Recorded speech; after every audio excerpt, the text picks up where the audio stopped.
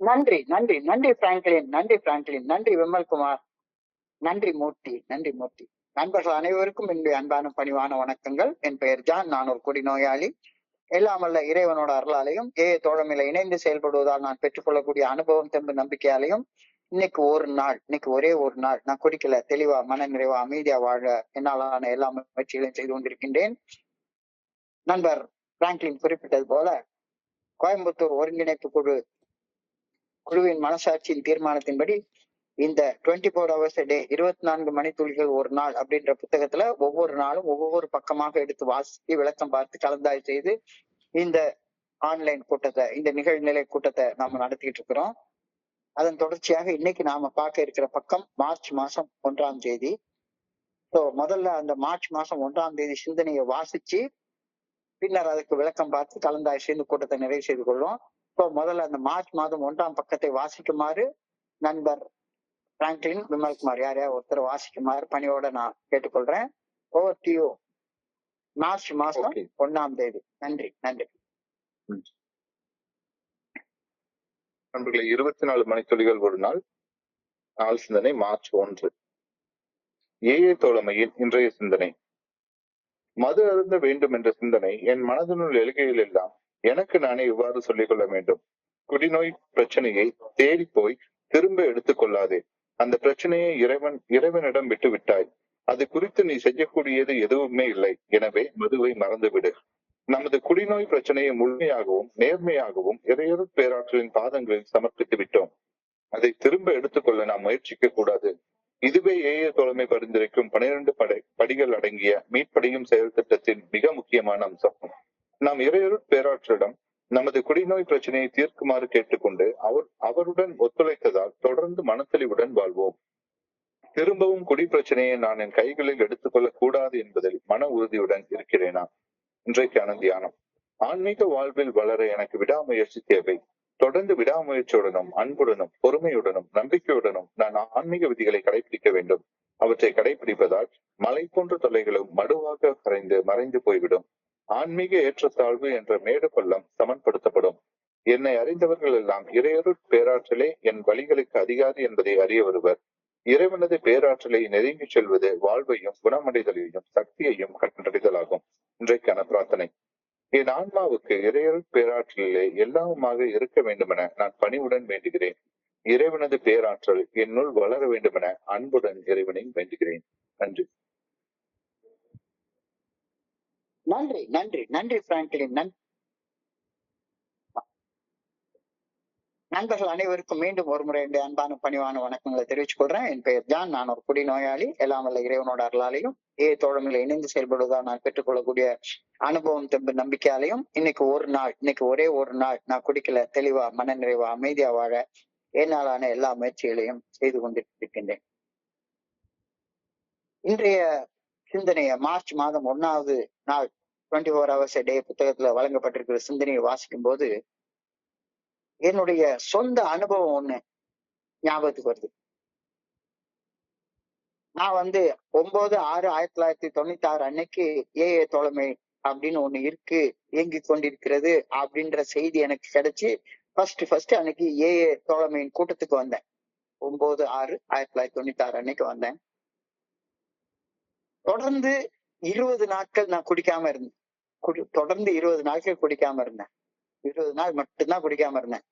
30/6/1996 அன்னைக்கு எனக்கு சம்பள பணம் வந்துச்சுது. சம்பள பணம் வந்த உடனே இன்னைக்கு ஒரு நாள் குடிச்சுக்கலாம் அப்படின்னு எனக்கு ரொம்ப பழக்கப்பட்ட ஒரு பாருக்கு போய் அன்னைக்கு நைட்டு போய் குடிச்சிட்டேன். எனக்கு பிடிச்ச சரக்கை வாங்கி நான் குடிச்சிட்டேன். மறுபடியும் திரும்ப வர்றது கொஞ்சம் நின்று போச்சு. அப்போ எனக்கு பரிச்சயப்பட்டிருந்த அந்த மூத்த நண்பர்கள் சில பேர் கடவுளை நீ நம்பணும், உன்னுடைய குடி பிரச்சனைய நீ புரிஞ்சு கொண்டு அந்த கடவுள்கிட்ட சமர்ப்பணம் பண்ணணும் அப்படின்னு எனக்கு ஒரு ஆலோசனைகள்லாம் சொன்னாங்க. கடவுள்கிட்ட குடி பிரச்சனையை விட்டுட்டு குடிக்காம இருக்கணும் அப்படின்ற ஆலோசனையை சொன்னாங்க. இன்னைக்கு பகுதியிலே அதான் சொல்லப்பட்டிருக்கிறது. அவங்க சரண்டர் பண்ணிட்டு குடிக்காம இருக்கணும் அப்படின்ற ஆலோசனை சொன்னாங்க. இப்ப நீ புரிஞ்சுக்கிட்ட கடவுள் நீ எந்த மதத்துல பிறந்தியோ அந்த மதத்துல உள்ள கடவுளை தான் நீ புரிஞ்சுக்க முடியும். அதனால நீ பிறந்த மதத்துல உள்ள ஒரு கடவுளை நாடி நீ போ அப்படின்ட்டு அதுல ஒருத்தர் சொன்னாரு. கேரளால திருச்சூர் பக்கத்துல சாலக்குடின்னு ஒரு ஊர் இருக்கு. அந்த ஊர்ல ஒரு வாரம் தியானம் நடத்துறாங்க. அந்த தியானத்துல கடவுளை பத்தி உனக்கு நிறைய விஷயங்களை கத்து கொடுப்பாங்க.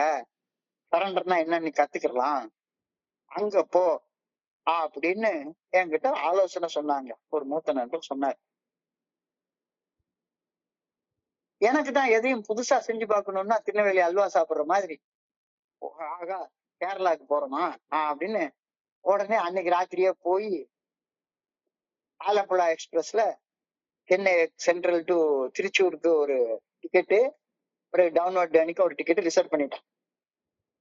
ரிசர்வ் பண்ணிட்டு சரி அந்த தியான மையத்துக்கு போய் ஒரு வாரம் உட்காந்துக்கலாம், என்னதான் நடக்குன்னு பார்க்கலாம் அப்படின்னு சொல்லிட்டு நான் போய் புறப்பட்டுட்டேன். கேரளா டு திருச்சூர் டிக்கெட் எடுத்தாச்சு. ராத்திரி ட்ரெயின்ல புறப்பட்டு காலங்காத்தால திருச்சூர் போய் இறங்கிடுச்சுது.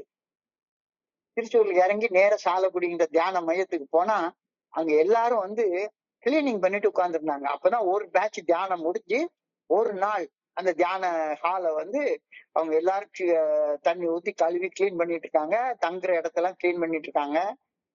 உடனே அங்க இருந்த ஒரு ஃபாதர் வந்து சொன்னாரு, இன்னைக்கு இல்ல நாளைக்கு காலையில தான் ரெஜிஸ்ட்ரேஷன் ஆரம்பிக்கும், நீங்க இன்னைக்கு போயிட்டு நாளைக்கு வாங்க அப்படின்னு சொன்னாங்க. எனக்கு நல்லா சொல்லித்தான் அனுப்பிச்சிருந்தாங்க.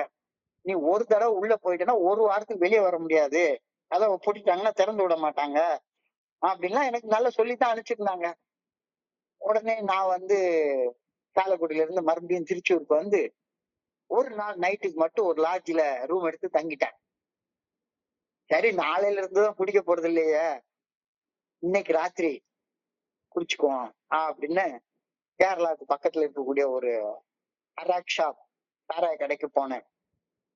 சாராய கடைக்கு போய் 1997 அது நவம்பர் டிசம்பர் மாசம் ஏதோ ஒரு நாள் எனக்கு சரியா ஞாபகம் இல்லை. அக்டோபரோ நவம்பரோ டிசம்பரோ ஏதோ ஒரு நேரம் நல்ல மழை பெஞ்சிட்டு இருக்கிற நேரம்.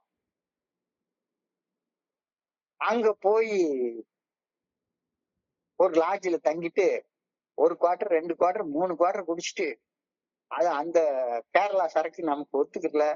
ரூம்ல நான் படுத்து இந்த பெட் மேலேயே வாந்தி எடுத்து நாத்தம் அடிச்சு அந்த லாட்ஜ் கிளீன் பண்ற லாட்ஜ் பாய் வந்து என்ன சார் இது அப்படின்னு சொல்லி என்னைய குடிச்சு அவன் மலையாளத்துக்கு திட்டி இதையெல்லாம் வாங்கி கட்டிக்கிட்டு அடுத்த நாள் காலையில எப்படியோ ஒரு மாதிரி நல்ல ஹேங் ஓவர்ல புறப்பட்டு வெளியே வர்றேன். அப்போ எனக்குள்ளார மனசுல இருந்த என்னன்னா, ஒரு வாரம் எப்படியும் சாராயம் குடிக்க முடியாது.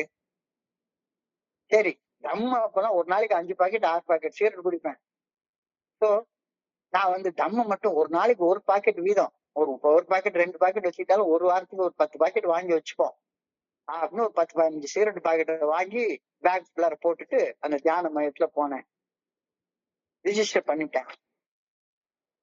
அவர் ரிஜிஸ்டர் பண்றப்பே சொன்னாங்க, இந்த பாருங்க ஒரு வாரத்துக்கு கதவை திறந்து விட மாட்டோம், ஒரு வாரத்துக்கு முன்னால் நீங்க போகணும் அப்படின்னு அடம் பிடிச்சீங்கன்னா இங்கேயே ஒரு போலீஸ் எக்ஸ்டென்ஷன் கவுண்டர் ஒண்ணு இருக்கு, அங்க சொல்லிடுவோம், அவங்க உங்களை பாத்துப்பாங்க, அடம்லாம் பிடிக்க கூடாது அப்படின்னா சொல்லி கையெழுத்து வாங்கிட்டு தான் உள்ள சேர்த்துக்கிட்டாங்க. சேர்த்த உடனேயே முத நாள் அந்த பிரசங்கத்துல சாமியார் வந்து அனௌன்ஸ் பண்றாரு, உங்ககிட்ட தங்குறதுக்கு சாப்பிடுறதுக்கு காசு பணம்லாம் நாங்க வாங்கவே இல்லை, ஃப்ரீயா தான் கொடுக்குறோம். ஆனா கடவுளுக்கு நீங்க ஏதாவது காணிக்க கொடுக்கணும் அப்படின்னு நினைச்சீங்கன்னா யாருக்கும் தெரியாம நைட்டு மட்டும் குடிச்சுக்கலாம் அப்படின்னு வந்து சாராய பாட்டில வாங்கி மறைச்சு வச்சிருப்பீங்கல்ல, அந்த சாராய பாட்டில் பான் பராக்கு பீடி சிகரெட்டு கஞ்சா இதை எல்லாத்தையும் காணிக்கையாக கடவுளுக்கு கொடுங்க அப்படின்னு சொல்லி அந்த ஃபாதர் கேட்டாரு.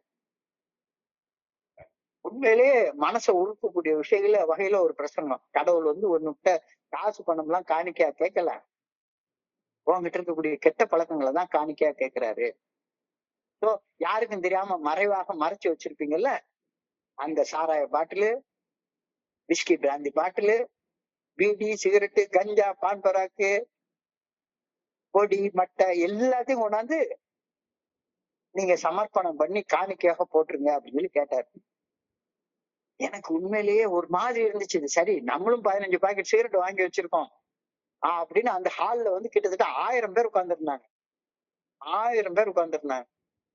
ஒரு பெரிய சாக்கு மூட்டைய எடுத்துட்டு ஒரு லைனா எல்லார் கையிலயும் உள்ளதை கேட்டா எல்லாரும் ரூமுக்கு போய் அவங்கவுங்க மறைச்சு வச்சிருக்கிற இதெல்லாம் எடுத்துட்டு வந்து போட சொன்னாங்க.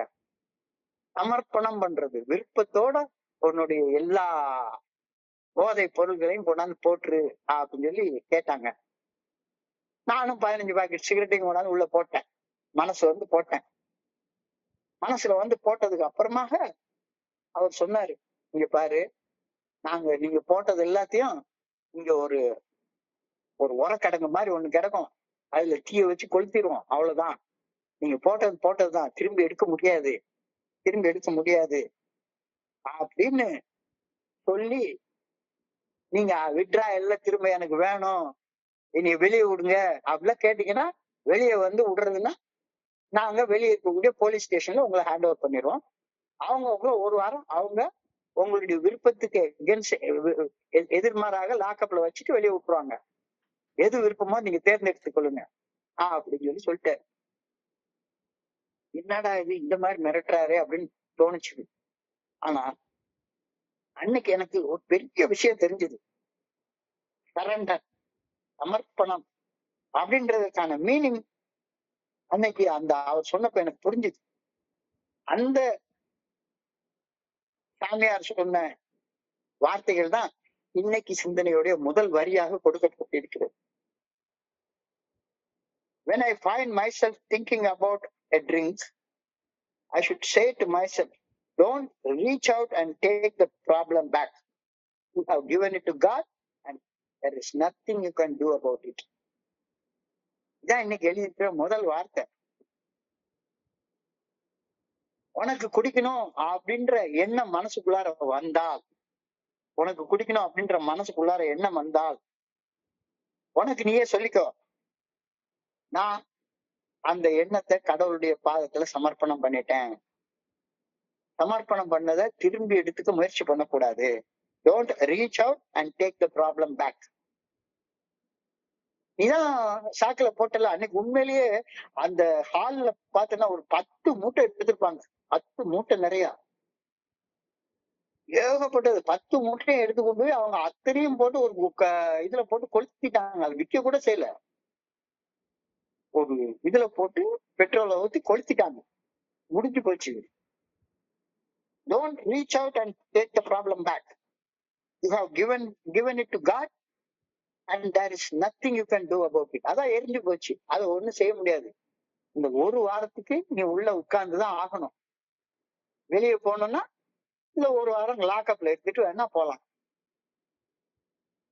அப்ப உண்டியல்ல போட்டுட்டா போட்டதுதான். நானா மனமும் வந்து விருப்பத்தோட தான் போட்டேன். போட்டதை திரும்ப எடுக்க கூடாது. நான் எத்தனையோ நாள் தான் பண்ணிருக்கேன். இனிமே நான் சிகரெட்டே குடிக்க மாட்டேன், கஞ்சாவே குடிக்க மாட்டேன், அது குடிக்க மாட்டேன் அப்படின்னு கொண்டு போய் போட்டுருவேன். ஆனா போட்ட இடத்துல உள்ள குப்பையில் உள்ளதை தேடி எடுத்து திரும்ப பத்த வச்ச நாட்கள் எத்தனையோ நாட்கள் உண்டு. குப்பையில சிகரெட்டை உடைச்சு போட்டிருப்பேன், பிச்சு போட்ட சிகரெட்டை எடுத்து பத்த வச்சு அடிச்சது உண்டு. ராத்திரி 2 மணி 3 மணிக்கு. அந்த அளவுக்கு மனசுக்குள்ளார ஒரு விட்ராயல் இருக்கும்.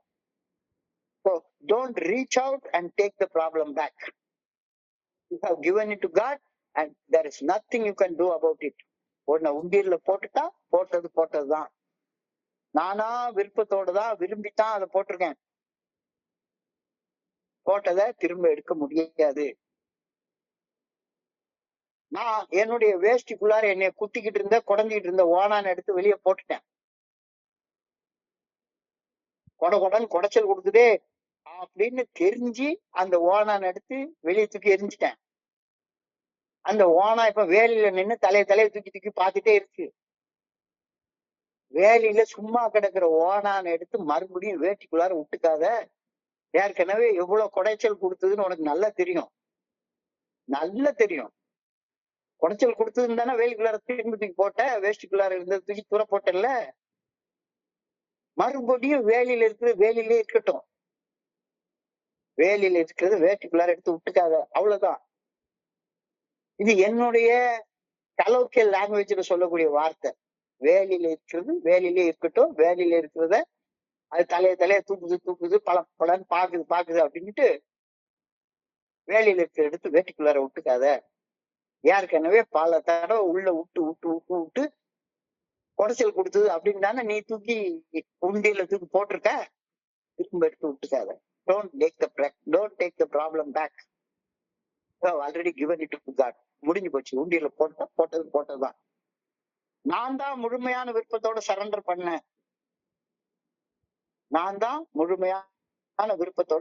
பண்ணேன். சமர்ப்பணத்தின் முழு அர்த்தத்தை புரிஞ்சுக்க இப்ப நான் அழைக்கப்படுறேன். இந்த பகுதியில சமர்ப்பணத்துடைய முழுமையான அர்த்தத்தை புரிஞ்சுக்கிறதுக்காக எனக்கு ஒரு இன்விடேஷன் கொடுக்கப்பட்டிருக்கிறது. என்ன பாடா படுத்தின உன்னைத்தானே நான் சரண்டர் பண்ணிருக்கேன். என்னைய சாகுற வரைக்கும் கொண்டு போன ஒரு விஷயத்தை தானே சரண்டர் பண்ணிருக்கேன். இப்ப அது வேலியில இருந்து தலையை தூக்கி காட்டிக்கிட்டே இருக்குது. ஏமாந்து போய் மறுபடியும் வேலியில இருக்கிற இடத்து வேட்டிக்குள்ளார விட்டுக்காத, அவ்வளவுதான். இதுதான் சரண்டருடைய மீனிங் அப்படின்னு புரிஞ்சுக்கோ அப்படின்னு இன்னைக்கு சொல்றாங்க.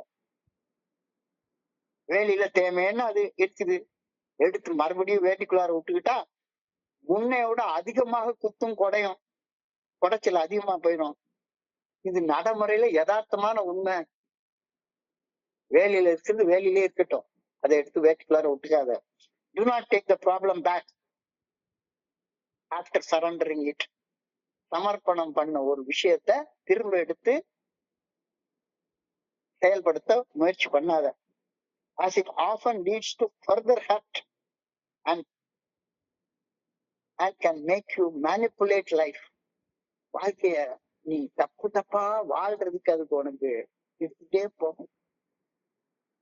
ஒரு தடவை சரண்டர் பண்ணத திரும்ப எடுத்துக்காத, கையில எடுத்துக்காத.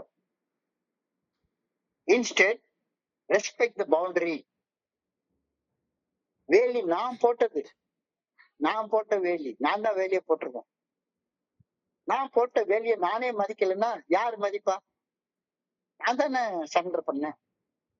நான் தானே மனமும் வந்து அந்த 15 பாக்கெட் சிகரெட்டை வச்சு கொண்டு போய் அந்த மூட்டையில போட்டேன். கடவுளுக்கு காணிக்கையா போட அவர் கேட்டார் என்கிட்ட. கடவுளுக்கு காணிக்கையாக நீ வந்து ஒரு பைசா கூட கொடுக்க வேண்டாம், ஒரு பைசா கூட கொடுக்க வேண்டாம். கடவுள் வாங்கிட்டு இருந்து எதிர்பார்க்கிற காணிக்கை எல்லாமே உன்னுடைய கெட்ட பழக்கங்களை கொண்டாந்து போடு. அதுதான் கடவுளுக்கு நீ கொடுக்க உண்மையான காணிக்கை. போட்டுட்டு திரும்பி வந்துரு, திரும்பி பார்க்காத. சுடுகாட்டுல ஒரு உயிரிழந்த ஒரு உடம்பை எரிச்சிட்டோம்னா திரும்பி பார்க்க கூடாது சொல்லுவாங்க. திரும்பி பார்க்காது, போச்சு, முடிஞ்சு போச்சு. திரும்ப அது உயிரோட வரவே வராது. போட்டதுதான். நீ போட்ட வேலையை நீ மதிக்கலைன்னா வேற யார் மதிப்பா? Respect your boundary. Respect your boundary. நான் போட்ட வேலையை நானே மதிக்கலைன்னா அது நல்லா இருக்குமா? அப்போ வேலியை போட்டதுன்னா அந்த வேலிக்குள்ளார வாழ்றதுக்கு கத்துக்கோ. Focus on yourself. கவனத்தை குடிநோயின் பாதிப்புகள் இருந்து மீட்படைவதில் குவிச்சு செயல்படு. ப்ராப்ளத்தை போட்டுட்ட, ஆனா அந்த ப்ராப்ளம் உனக்குள்ளார உருவாக்குன அந்த பிரச்சனைகள், அந்த பாதிப்புகள் உனக்குள்ளார இருந்துட்டே இருக்கும். அதுல இருந்து எப்படி மீள்றது அப்படின்றதுல உன்னுடைய கவனத்தை குவிச்சு சிந்திச்சு பாரு.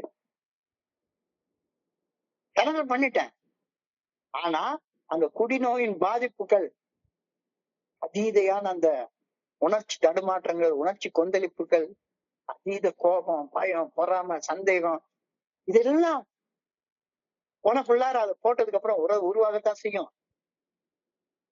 குடிக்கிற காலத்துல கூட என்னுடைய பிரச்சனையை மறக்கிறதுக்கு ஒரு போதை இருந்துச்சு, இப்ப அது கூட இல்லையே அப்படின்ற ஒரு ஃபீலிங் வந்து உண்டாகத்தான் செய்யும். Focus on recovery. ப்ராப்ளத்தை ரெக்கவர் ஆகுறதுக்கு பதிலாக ப்ராப்ளத்தை மறுபடியும் கையில எடுத்துக்க முயற்சி பண்ணாத. Focus on recovery. Focus on yourself. கவனத்தை குடிநோயின் பாதிப்புகள் இருந்து மீட்படுவதற்காக கவனத்தை குவிச்சு செயல்பட முயற்சி செய். ப்ராப்ளத்தை மறுபடியும் கையில எடுக்க முயற்சி பண்ணாத. இந்த ப்ராப்ளம் மறுபடியும், ஏன்னா ஒரு தடவைக்கு பல தடவை வேலியில போடுறதை எடுத்து வேட்டுக்குள்ளார விட்டுக்கிட்டு குத்துதே குடையுதேன்னு நான் அவதிப்பட்ட நாட்கள் நிறைய உண்டு. So, இப்ப ப்ராப்ளத்தை கையில எடுக்காத, ரெக்கவரியை கையில எடுத்துக்கோ. Focus on recovery. Focus on yourself. Avoid manipulating tactics.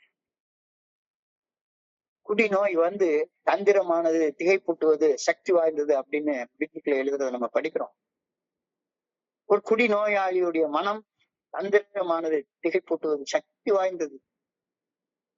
குடிக்கிறதுக்கு ஏகப்பட்ட தந்திரமான யுக்திகளை அது உருவாக்கும் உள்ளத்துக்குள்ளாரு.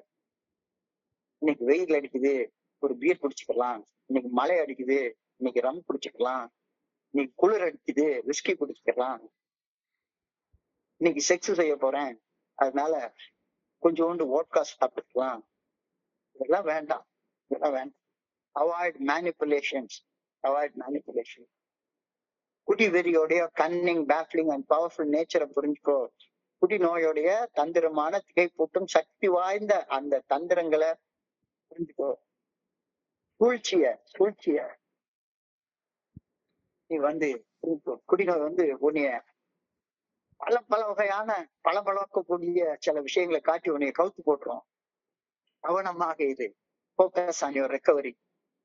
அந்த கவன நேரங்கள்ல சும்மா அப்படியே போய் ஒரே ஒரு குவார்டர் பாட் மட்டும் இன்னைக்கு அடிச்சுக்கலாம் அப்படின்னு நீ போட்டுக்கிட்ட வேலிய நீயே தாண்டி போகாத.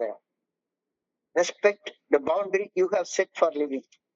நீ வாழ்றதற்கு உருவாக்கி கொண்ட அந்த வேலிய நீயே மதிச்சு நடந்துக்கோ. அதை தாண்டி போகாத. Acknowledge potential outcome. சமர்ப்பணம் செய்த பின் உன்னுடைய செயல்திறன் ஒவ்வொரு நாளைக்கும் ஒரு தடவை மேம்பட்டுக்கிட்டே போறத புரிஞ்சுக்கோ. சமர்ப்பணம் பண்றதுக்கு முன்னால எவ்வளவு கிறுக்க மாதிரி வாழ்ந்தேன், இப்போ ஒவ்வொரு நாளுக்கு நாள் சமர்ப்பணம் செய்ததுக்கு அப்புறமாக என்னுடைய செயல்திறன் மேம்பட்டுக்கிட்டே போயிருக்கிறது அப்படின்ற உண்மைய உணர்ந்து பார்த்து அங்கீகரிச்சுக்கோ. Acknowledge potential outcome. புரிஞ்சுக்கோ. Consider seeking professional help. இதுவும் இல்லாம சமர்ப்பணம் செய்ததுக்கு அப்புறமாகவும் மனவெறி அடங்காம இருக்கும் அப்படின்னா ஸ்பான்சரை போய் பாரு. அல்லது ஸ்பான்சர்த்தையும் கிடைக்கல அப்படின்னு சொன்னா ப்ரொஃபஷனல் சைக்கியாட்ரிஸ்ட் நிறைய பேர் இருக்காங்க. அவங்களுடைய உதவியை தேடிப்போம். சமர்ப்பணம் செய்ததுக்கு அப்புறமாகவும் மனவெறி அடங்காம இருக்கக்கூடிய வாய்ப்புகள் உண்டு. அந்த நேரத்துல ப்ரொஃபஷனல் ஹெல்ப். இதெல்லாம் எனக்கு ஆலோசனையா சொல்லியிருக்காங்க. எந்த காரணத்தை கொண்டும் வேட்டியில குடஞ்சிக்கிட்டு இருந்த ஒன்ன தூக்கி வேலிக்கு அங்கிட்டு போட்டுட்ட, திரும்ப போய் வேலியில எடுத்து வேட்டிக்குள்ளார விட்டுக்காத. மதுவின் முன் சக்தியற்று இருந்த உண்மை கடந்த கால அனுபவங்களின் மூலம் கொஞ்சம் கூட சந்தேகத்துக்கு இடமில்லாமல் நிரூபிக்கப்பட்டு விட்டது தானே. திரும்பியும் எடுத்துக்கிட்டா மறுபடியும் அதே குத்தல், அதே குடைச்சது வந்துகிட்டேதான் இருக்கும். இதை நல்லா புரிஞ்சுக்கோ அப்படின்ற கருத்தை இன்னைக்கு சொல்றாங்க. தன் செயல் எண்ணி தவிப்பது தீர்ந்திங்கு நின் செயல் செய்து நிறைவு பெறும் வண்ணம் நின்னை சரணடைந்தேன். பொன்னை புகழை விரும்பக்கூடிய என்னுடைய மனசை கவலைகள் தின்னக்கூடாது. சாராயத்தை விரும்பக்கூடிய என்னுடைய மனசு சாராயம் குடிச்சா நடு ரோட்டுக்கு வந்துருவேன் அப்படின்ற உண்மையை தெரிஞ்சுக்கிட்டதுக்கு அப்புறமாக சமர்ப்பணம் செய்த ஒன்ன திரும்ப எடுத்துக்காது.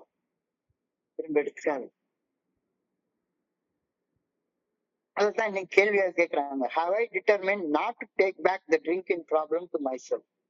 இந்த கேள்வியை உனக்கு நீயே கேட்டுக்கோ. உண்டியில போட்டல கடவுள்கிட்ட சமர்ப்பணம் செஞ்சத மீண்டும் எடுத்துக்காத. சரண்டர் பண்ணதான். உண்டியில பணம் போடத்தான் திருப்பி எடுக்க முடியாது. சமர்ப்பணம் பண்ணிட்ட, போட்டது. எதுக்காக போட்ட? நீயா மனசு வந்துதான் போட்ட. அவங்க யாரும் கட்டாயப்படுத்தி புடுங்கல. கட்டாயப்படுத்தி புடுங்கவே இல்லை. ஏ மீட்டிங் வந்து நீ குடிக்காமலே இருந்தே தீரணும் அப்படின்னு எந்த ஒரு ட்ரீட்மெண்ட் சென்டரே மாதிரி உன்னுடைய கையை காலை கட்டி போட்டு யாருமே வைக்கல. ட்ரீட்மெண்ட் சென்டருக்கு போனேன்னா உன் கையை காலை கட்டி போட்டு ஏத்த மாதிரி கையில கட்டைய வச்சு 4 பேர் அடிக்கிற வச்சு உன்னை கட்டாயப்படுத்தி உன்னைய சோபரா இருக்க வைப்பாங்க. ஆனா இங்க உன்னை யாரும் கட்டாயப்படுத்தி இருக்க வைக்கல. மனசு வந்து முழு விருப்பத்தோட சமர்ப்பணம் செய்ய சொன்னாங்க.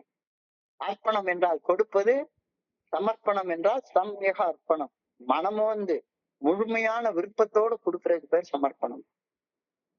குடிச்சிட்டல, கொடுத்தபடி இருக்கட்டும் அப்படின்னு மன உறுதியோட இருக்கு கத்துக்கோ. Have I determined not to take back the drinking problem to myself? மாதுவின் ஈர்ப்பு என்கிட்ட இருக்கு. ஏன்னா வேலையில உள்ள தலையை தூக்கி தூக்கி பாக்குது.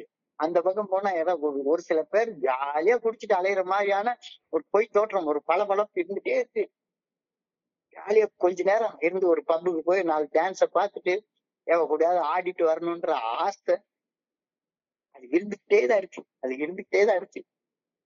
மதுவின் பளபளப்பு என்னை ஈர்க்கும் ஈர்ப்பால் மீண்டும் வேலையில இருக்கிறத எடுத்து வேட்டுக்குள்ளார விட இன்னமும் தூண்டப்பட்டு கொண்டிருக்கின்றேன் நான். இங்கிலீஷ்ல ரொம்ப டீசெண்டா எழுதியிருக்காங்க. Have I determined not to take back the drinking problem myself அப்படின்னு கேட்டிருக்காங்க. நான் என்னுடைய மரமண்டைக்கு புரிஞ்சுக்கிற மாதிரி மதுவின் பளபளப்பு என்னை ஈர்க்கக்கூடிய ஈர்ப்பால் வேட்டியில குடஞ்சிட்டு இருந்த ஓனை தூக்கி போட்ட அந்த ஓனானா மறுபடியும் எடுத்து வேட்டிக்குள்ளாரே விட்டுக்க போறேனா? உனக்கு நீயே கேட்டுக்கோ, கேட்டுட்டு பதில் சொல்லிக்கோ. இப்ப இந்த cunning nature, powerful nature, baffling nature of alcoholism இதுல இருந்து மீண்டு வர்றதற்கு கான்ஸ்டன்ட் எஃபர்ட் தேவைப்படுது அப்படின்னு இன்னைக்கு தியானம் சொல்லுது. Constant effort is necessary if I am to grow spiritually and develop a spiritual life. ஒரு ஆன்மீக வாழ்க்கையை கட்டி எழுப்புறது ஒரு நாள் ராத்திரியில் நடக்கவே நடக்காது. ஆனா அதற்கு தொடர்ச்சியான முயற்சி தேவை. அப்ப முயற்சி என்பது ஒரு செயலை ஆரம்பிக்கிறது, ஒரு செயல் செய்ய ஆரம்பிக்கிறதுக்கு பேர் முயற்சி. ஆரம்பிச்ச செயலை தொடர்ந்து செய்யறதுக்கு பேர் பயிற்சி.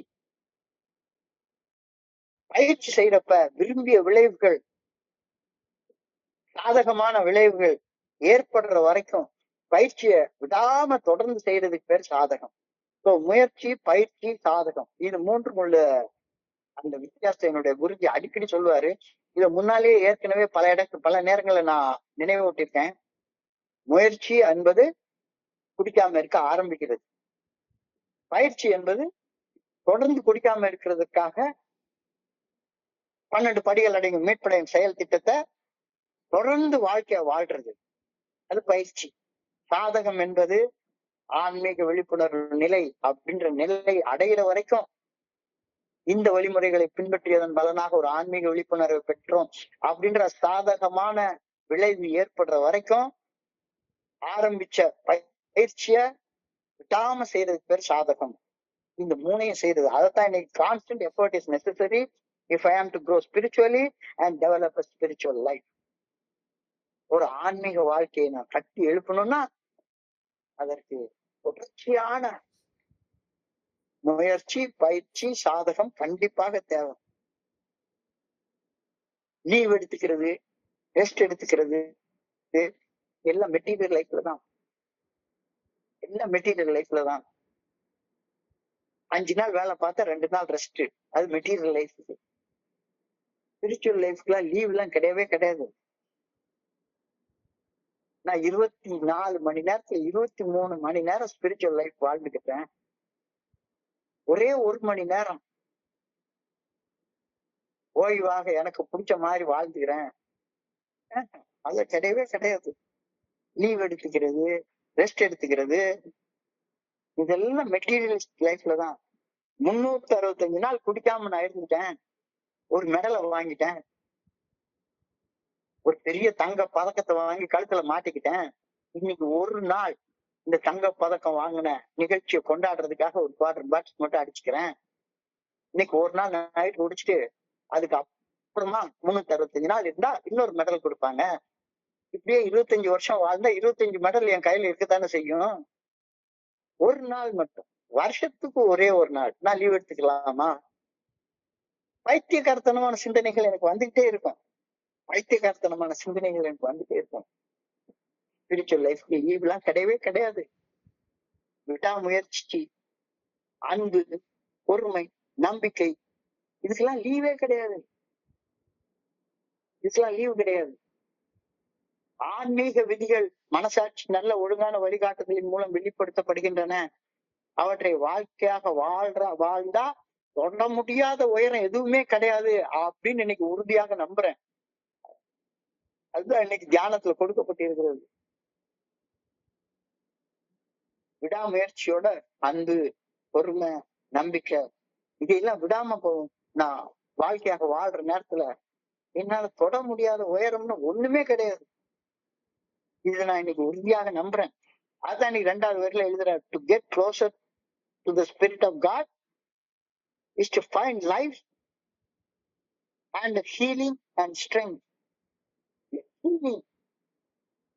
குணமடைதல், மீட்படைதல். மீட்படைகிறதுனால எனக்கு வாழ்க்கையில வாழ்றதுக்கான சக்தி கிடைக்குது அப்படின்னு நான் புரிஞ்சுக்கிறேன். என்னுடைய குருஜி எனக்கு ஒரு வார்த்தைய அடிக்கடி அழகா சொல்லுவார். போல் என்றால் முழுமை. இறைவன் முழுமையானவர், இறைவன் நிறைவானவர், முழுமை. போல் என்னைக்குமே முழுமை புனிதமாக இருக்கும். கோடி முழுமையோட இணைந்திருக்கிறவங்க எல்லாருமே குணமடைவார்கள், ஹீலிங் நடக்கும். ஹீல் ஆனவங்க எல்லாருமே ஹெல்த்தியா இருப்பாங்க, ஆரோக்கியமா இருப்பாங்க. ஸோ இந்த 4 வார்த்தைகள், whole, holy, heal, healthy. Whole, holy, heal, healthy. Whole என்றால் முழுமையானது, ஹோலி என்றால் புனிதமானது, ஹீல் என்றால் குணமடைவது, ஹெல்தி என்றால் ஆரோக்கியமாக வாழ்வது. இந்த 4மே ஒண்ணு சார்ந்த வார்த்தைகள். முழுமையானது புனிதமானது. முழுமையோடு இணைஞ்சிருக்கிற எல்லாமே புனிதமாக இருக்கும். முழுமையோடு இணைந்து செயல்படுவது என்னுடைய வாழ்க்கையை புனிதப்படுத்தி என்னுடைய எல்லா நோய்களையும் குணமாக்கி என்னை ஆரோக்கியமா வாழ வைக்கும். இந்த கருத்து என்னுடைய குருஜி சொல்றப்ப எனக்கு புல்லரிக்க வைக்கும். இந்த பிரபஞ்சம் முழுமையானது. வாழ்வதற்கு, ஆரோக்கியமாக வாழ்வதற்கு தேவையான எல்லா புனிதத்துவமும் இந்த பிரபஞ்சத்துல இருக்கு. முழுமை என்பது புனிதமானது. புனிதமானது என்பது எல்லா நோய்களையும் குணமாக்க வல்லது. குணமானதுக்கு அப்புறமா நான் ஆரோக்கியமா வாழ்வேன். Holy, heal, healthy. இதுக்கு ரூட் மீனிங் என்னன்னா, ஹோல் அப்படின்றதுக்கு to be sound, to be uninjured, நோய் இல்லாம வாழ்றது. அப்ப healing is a process of returning to the wholeness. Healing is a process of returning to the wholeness. முழுமையை நோக்கிய பயணம்தான் மீட்படையும் பயணம். முழுமையை நோக்கிய பயணம்தான் மீட்படையும் பயணம். முழுமையுடன் இணைந்திருந்து வாழும் வாழ்க்கைக்கு திரும்பும்படி வாழ்வது ஆரோக்கியமாக வாழ்வதாகும். முழுமையில இணையாம வாழக்கூடிய எந்த வாழ்க்கையும் நோய்வாய்ப்பட்டு முதுமை அடைஞ்சு கை கால் நடுங்கி கடைசியில வயோதிகத்துல ஒண்ணும் செய்ய முடியாதபடி அன்கான்சியஸா சாகிறது தான் நடக்குது எல்லாத்துக்கும். ஆனா ஜீவ சமாதி அடைகிற மனிதர்களை பத்தி நம்ம கேள்விப்பட்டிருப்போம். எனக்கெல்லாம் நான் அந்த இதை என்னுடைய குருஜிகிட்ட இருந்து கேள்விப்படுற நேரத்துல அந்த ஜீவ சமாதி அப்படிம்பாரு. சமாதி என்பதற்கும் மரணம் என்பதற்கும் நிறைய வித்தியாசம் இருக்கு. சமாதி என்பதற்கும் மரணம் என்பதற்கும் நிறைய வித்தியாசம் இருக்கு. மரணம் என்பது அன்கான்சியஸா நிகழ்றது மரணம். நான் என்னுடைய அப்பாவுடைய மரணத்தையும் சரி, என்னுடைய மாமனாருடைய மரணத்தையும் சரி கூடவே இருந்திருக்கேன். அவங்க சாகுறவங்க கூட தெரியாம சுத்தி இருக்கிறவங்க பல்ஸ் அடங்குறத சாகுறது அப்படின்னு நினைச்சுக்கிறாங்க. அவங்களுடைய பல்ஸ் அடங்குறதுக்கு 24 மணி நேரத்துக்கு முன்னாலே போய் சேர்ந்திருப்பாங்க. ஆனா நான் ஜீவ சமாதி அடைந்தவங்க நேர்ல பார்த்தது இல்ல. ஆனா நிறைய என்னுடைய குருஜி வந்து கேட்டிருக்கேன், படிச்சிருக்கேன். சமம் பிளஸ் ஆதி சமாதி அப்படின்னு சொல்லுவாங்க. சமம் பிளஸ் ஆதி சமாதி. ஆதிக்கு சமமான நிலையை அடைவது சமாதி. மரணம் வேற, சமாதி அடைகிறது வேற. அப்போ நீ வந்து மரணம் அடைய விரும்புறியா, சமாதி அடைய விரும்புறியா? உன் கையில இருக்கு. நீ எதை விரும்புறியோ அதை பெற்றுக்கொள்ளலாம்.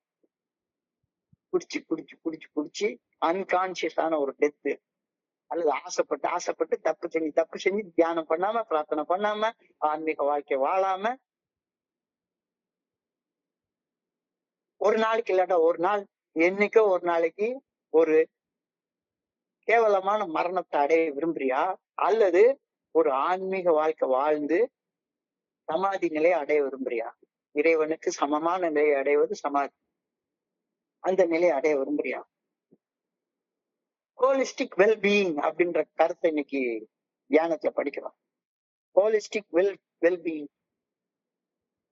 So health is not just physical, but it includes mental and emotional and spiritual well-being.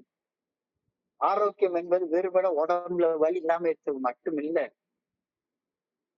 மனதளவுல, உணர்வு ரீதியாக, ஆன்மீக ரீதியாக முழுமையோட இணைந்து வாழக்கூடிய ஒரு வாழ்க்கை தான் உண்மையான அந்த ஹோலிஸ்டிக் லிவிங், புனிதமான. ஸோ இதெல்லாம் கேட்க நல்லா இருக்கு. ஆரம்ப நேரத்துல நம்ம சொன்ன சமர்ப்பணம் அப்படின்றது இந்த ஹோலிஸ்டிக் லிவிங்க்கு நம்மளை கொண்டு போகும் அப்படின்ற கருத்தை வாழ முடியலன்னாலும் நம்ம வாட்சி செய்யலாம்ல. வாழ முடியல, கண்டிப்பா முடியல. ஏல வந்தா நமக்கு பொழுது போறதுதான் கேட்டுட்டு இருக்கோம் அப்படின்றப்ப அட்லீஸ்ட் இந்த அரை மணி நேரத்தையாச்சும்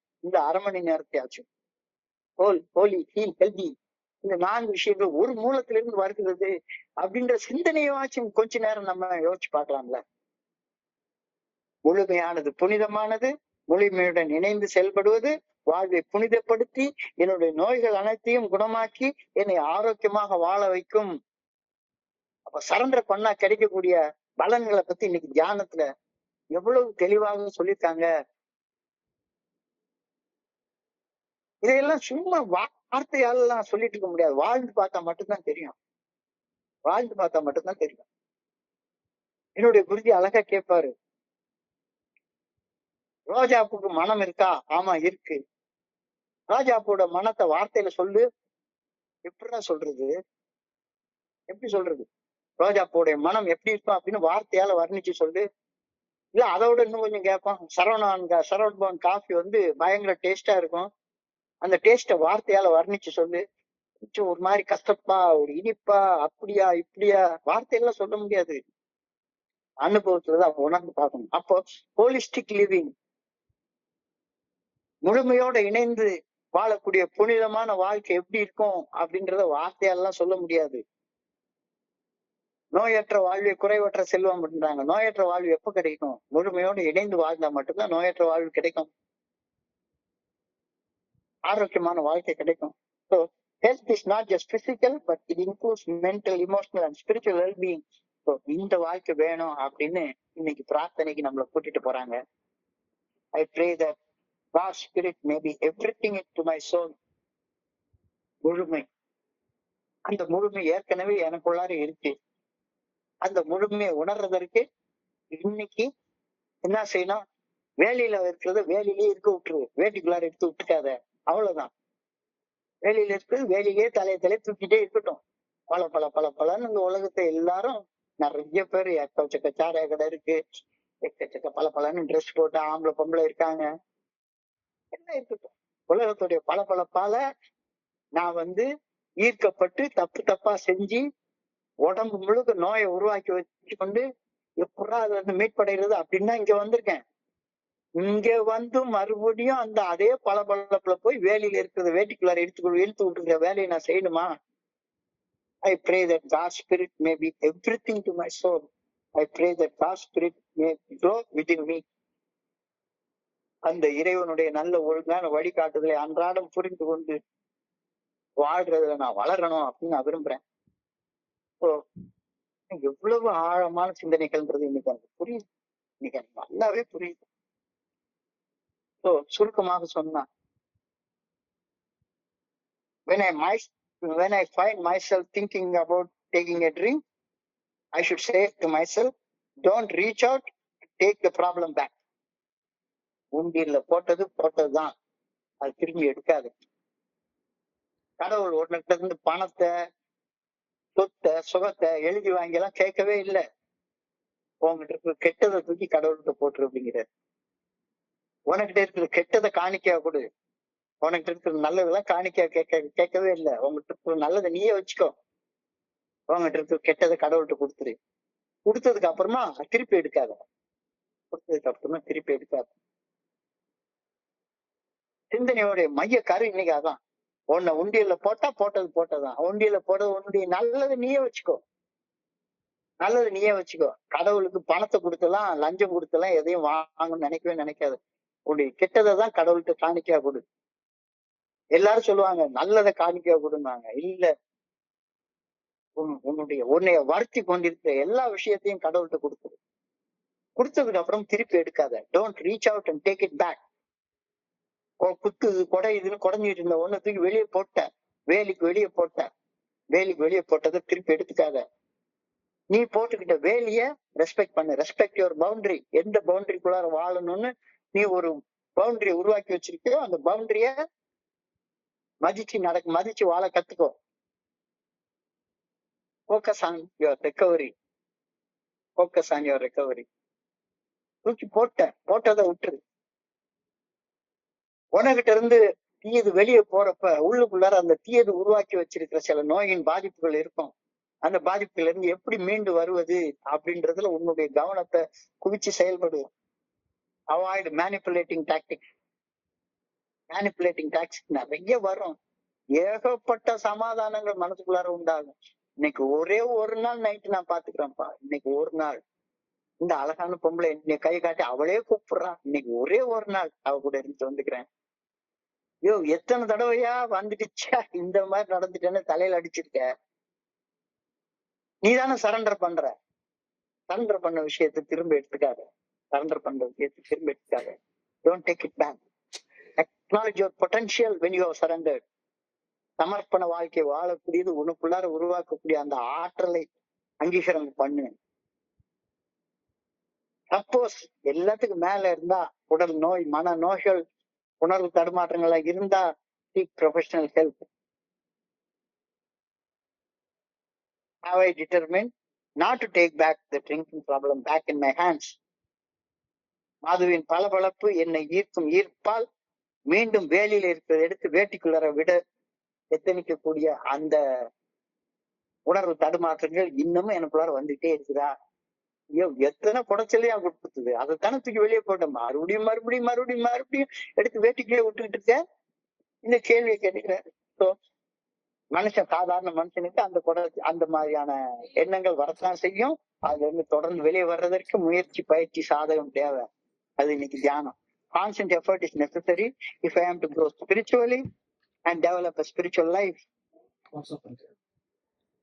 Spiritual life எல்லாம் டீப் கிடையாது. மெட்டீரியல்ஸ் லைஃப் தான் டீப். ஸ்பிரிச்சுவல் லைஃப் எல்லாம் டீப் கிடையாது. தூங்குறதுனாக்கே ஸ்பிரிச்சுவலா தான் இருக்கணும். To get closer to the spirit of God is to find life's healing and strength.